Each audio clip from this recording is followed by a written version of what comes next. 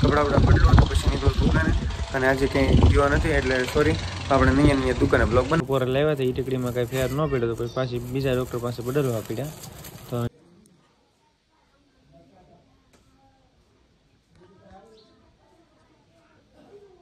તો કેમ છો? મજા નથી? તમને તો બધાને મજા હશે પણ મને મજા નથી. તો કાલે રાતનો તાવ આવી ગયો હતો તો કાલે પછી દવા લીધી, હરીશન લીધું. બપોરે જે દવા લાવ્યા હતા એમાંથી કંઈ ફરક ન પડ્યો. પછી સાંજે જવું પડ્યું અને હરીશનને હું મારવું પડ્યું ને અત્યારે બહુ ટાઈટ વાતી હતી કાલે સાંજે ને અત્યારે પણ બહુ ટાઈટ વાય છે.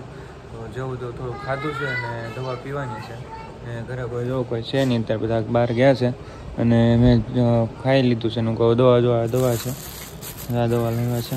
હરીશન માર્યું હતું પણ હવે તો અત્યારે સારું છે. રાતે તો બહુ એટલે બહુ આમ હાથ પગ દુખતા હતા ને કરતા હતા ને તાવ આવી ગયો એટલા માટે જો આ દવા બધી આપી છે ને ગરમ પાણી કરેલું છે. અત્યારે મોઢું જો કંઈક ફ્રેશ કાંઈ નથી એવું છે. હજી તો ખાલી જાય ગયો બ્રશ કરીને ફ્રેશ થઈને નાસ્તો કર્યો, નાવું નથી આજ તો.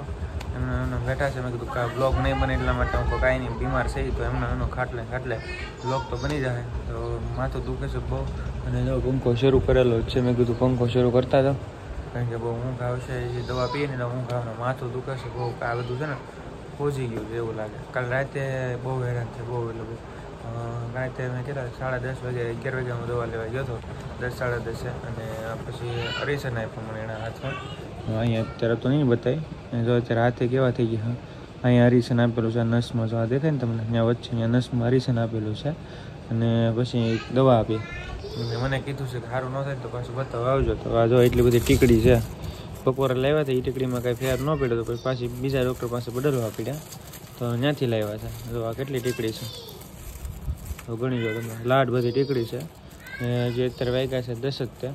પણ મેં કીધું કે નાસ્તો બસ્તો તો કરી લીધો ને દવા પી લો અને બહુ મૂડ કંઈ આવતો નથી, માથું દુખે છે, કંઈ મજા નથી આવતી. તો કાંઈ નહીં ફેમિલી દવા પી લો અને પછી હોઈ જાય ઘડીક. તો બનાવી દો આપણા બ્લોગમાં.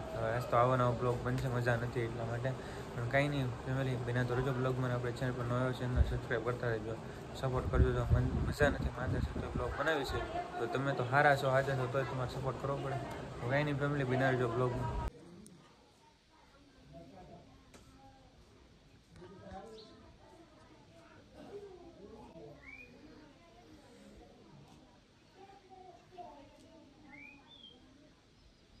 તો ફેમિલી જો ત્યાર સુધી સૂતો હતો, અત્યાર સુધી મજા નહોતી એટલા માટે તો વાત મોટું જો કેવું થઈ ગયું બધું, આમ કેવી રીતનો લુક થઈ ગયો. આમ જો અત્યાર સુધી સૂતો હતો અને જાગ્યો છું જે 4 વાગ્યા છે.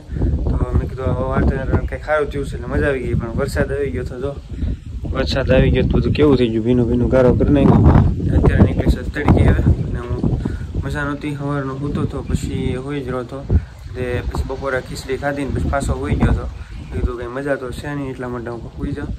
4 વાગે જાગ્યો અને હવે ચા કોફી પી લો અને પછી જાઉં. અવાજ પણ હજી નથી નીકળતો, અવાજ પણ એવો રહી છે. તાવ આવી ગયો છે બહુ જોરદાર. અને પછી હું કપડાં બપડા બદલું અને ફ્રેશ થઈને પછી હું દુકાને જઈ ઘડી કેમ કે સવારનો નથી ગયો એટલે. તમે કીધું મકાને આંટો મારતો કેમ કે તડકી નીકળી છે એટલે અહીં બધું આડો નાખી દીધો લાગે. મને તો ખબર નથી પણ કારણ કે આ કૂતરાનું આવે ને એટલા માટે નાખ્યો છે એવું છે. અને અમે કીધું હા બ્લોગ બનાવી લો. અત્યારે આજ નકર બ્લોગ બનાવવાનો વિચાર નહોતો કાંઈ કારણ કે મજાનો એટલે બ્લોગ ન બનાવે. પણ હવે અત્યારે સારું થઈ ગયું છે એટલે વાંધો નથી. તો કંઈ નહીં ફેમિલી હવે કપડાં બપડા બદલું તો પછી નીકળું દુકાને અને આજે કંઈ ગયો નથી એટલે સોરી આપણે નહીં દુકાને બ્લોગ બનાવ. તો ફેમિલી જો અત્યારે વાગી ગયા છે 4:30 ને જો આપણે ફ્રેશ બ્રેશ થઈને તૈયાર થઈ ગયા છે અને હવે જવું છે દુકાને. જો કપડાં કાઢી નાખ્યા છે હવે મેલા અને હવે હું કહું જો કપડાં બપડા પહેરી લીધા છે બીજા ફ્રેશ થઈ ગયા છે ને તૈયાર થઈ ગયા છે. અને હવે કેવા લાગીએ કહી દો કમેન્ટમાં. પણ તાવ આવી ગયો બહુ જોરદાર એટલે તાવનું કંઈ ગમતું નથી. પાણી પીને તો કડવું લાગે છે અને ગળેથી જે કંઈ ખાવાનું ઉતરતું નથી. બહુ તાવ આવે, બોલવામાં થોડું કેવરાવે છે, અવાજે ભારે લાગે છે અને કડવાટ થોડીક છે એવું છે અને ગમતું નથી એવું થાય છે. તાવનું તો આવું બધું રહેવાનું.